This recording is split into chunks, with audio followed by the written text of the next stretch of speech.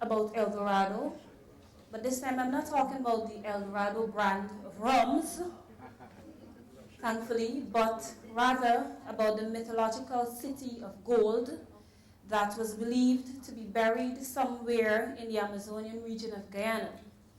They never did find that city, but what they found was perhaps even better. They did find gold in abundance, but they also found diamonds and manganese. And right now the search is on for other minerals. Canadian companies Prometheus Resources, Sandspring Resources Limited, and US-based REE International Inc. are respectively exploring for uranium, copper, and rare earth elements such as columbite, tantalite, which is used in just about every electronic product produced, particularly cell phones. So global demand for this resource in particular, columbite, tantalite, exceeds supply significantly. But my focus is more or less on gold. Due to increasing prices globally, there was a rush for gold in Guyana, which led to output expanding by 23% between 2008 and 2010. So much so that by 2010, gold had become the #1 commodity exported by Guyana. But what is disheartening is that Guyanese rarely seem to just be giving away this precious metal because we're exporting it in its raw format without adding any value to it. And I'm saying that because when we look at export trends, we see that gold in 2010 accounted for 38.38% of export earnings. And then at the bottom, we had gold jewelry with a mere 0.34%.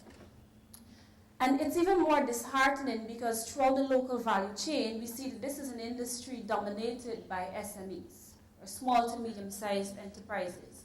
So it means that they're really not reaping the benefit of having this industry locally or of participating in the global market. So I decided to submerge myself in a study of the global market of gold jewelry for about 3 months to see what recommendations I can make for Guyana to begin to export more jewelry relative to exports of raw gold. When I looked at the global market for gold, and of course I used the GVC framework of the Duke University Center for Globalization and Global Governance. When I looked at the global market for gold, I saw that the demand for jewelry fabrication is 50%. For industry, it's 40%, it's 10% rather, and for investment, it's 40%. And this is a global market that is worth US $9.7 billion. The #1 exporter of gold recently became China. Given the demand for gold jewelry, I set about trying to explain the global market for jewelry to see how this sleeping giant Guyana, lying on the South American coast, could create more value out of its gold and therefore climb up the value chain. So I mapped the global value chain and found that there are essentially about 6 stages that starts with research, then moves on to gold trading, which occurs based on the London Fix, then moves on to gold refining, jewelry fabrication, marketing and distribution, and ends with gold recycling. Guyana is more or less at the bottom of this chain because we are principally involved in the exportation of raw gold with minimal processing. So, of course, if we could create value, we could benefit more significantly from the fact that we have an abundance of this precious metal.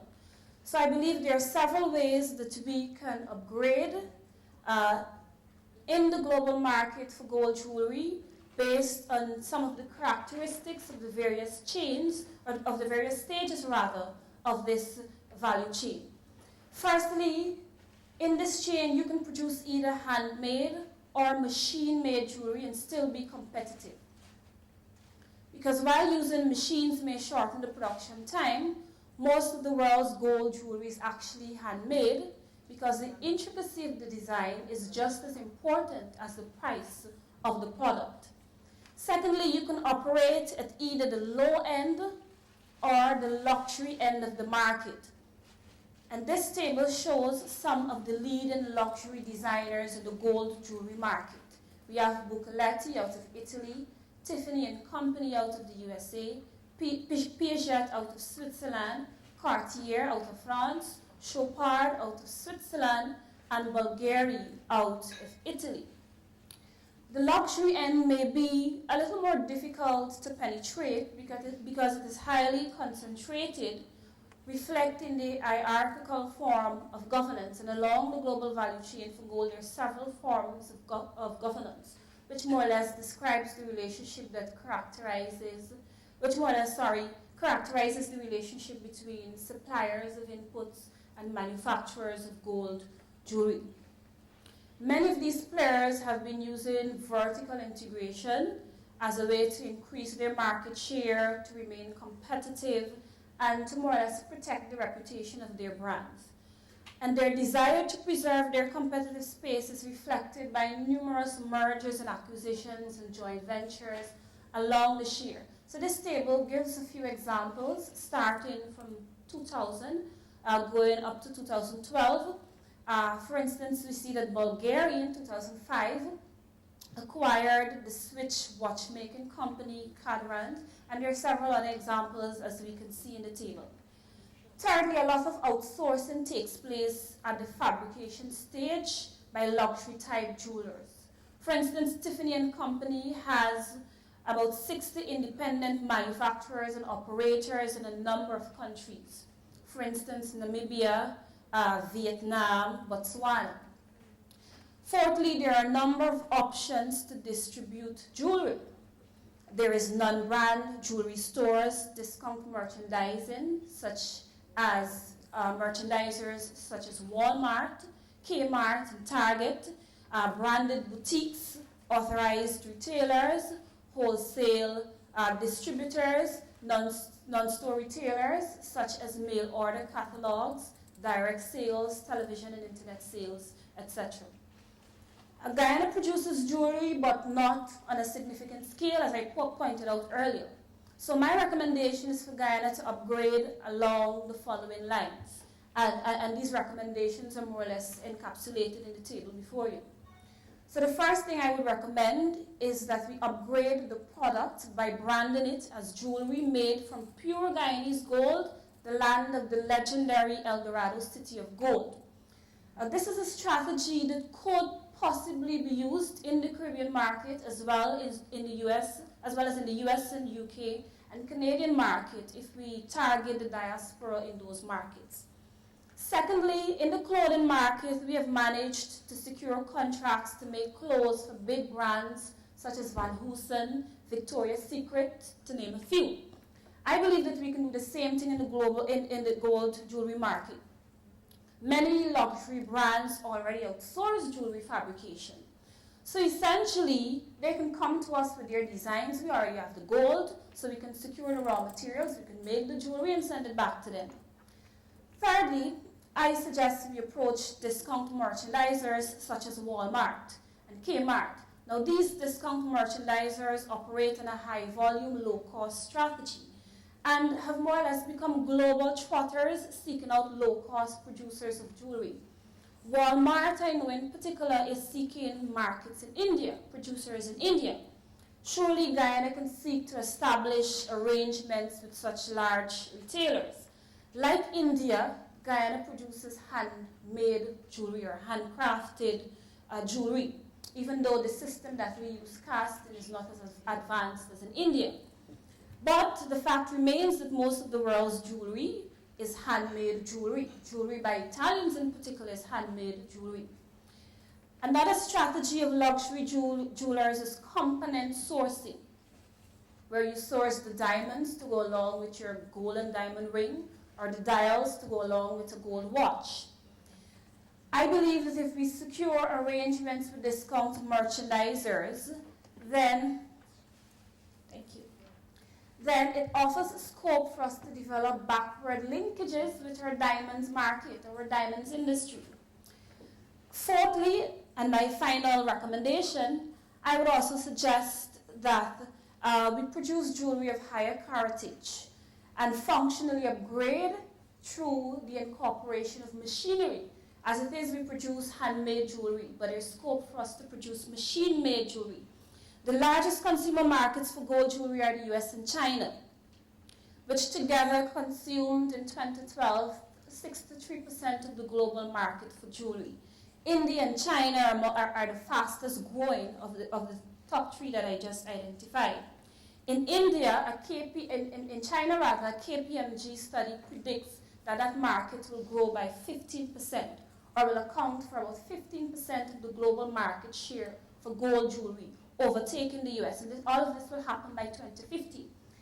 Now in China, the preference is for jewelry of a higher heritage rather than a lower heritage. I believe that there's scope for us to target that market. China, of course, is mass producing, and we need to be wary of that fact because we will have to compete with them. And they're also producing a lot of costume jewelry, which essentially are substitutes for gold jewelry. So again, we need to be very cognizant of that fact. So given that, I believe that a strategy of handmade jewelry alone is not sufficient for Guyana to upgrade in the global value chain. I believe we need to functionally upgrade by incorporating machines into our production process so that we produce better quality products. Now imagine how much jobs we can create in Guyana. Gold production and jewelry fabrication has a gender bias. It is dominated by males, with crimes being perpetrated primarily by males in Guyana. I think it would do us well in socioeconomic terms if we can push this industry, employ our males and as a result reduce our crime rate. But upgrading will only be possible if we address the shortcomings in the industry. Italy has slipped from being the #1 exporter of gold jewelry. And one of the reasons Italy has slipped, according to Brough in a 2012 article in The Economist, is because the market domestically is unorganized and fragmented. And we see the very same thing in Guyana. While there are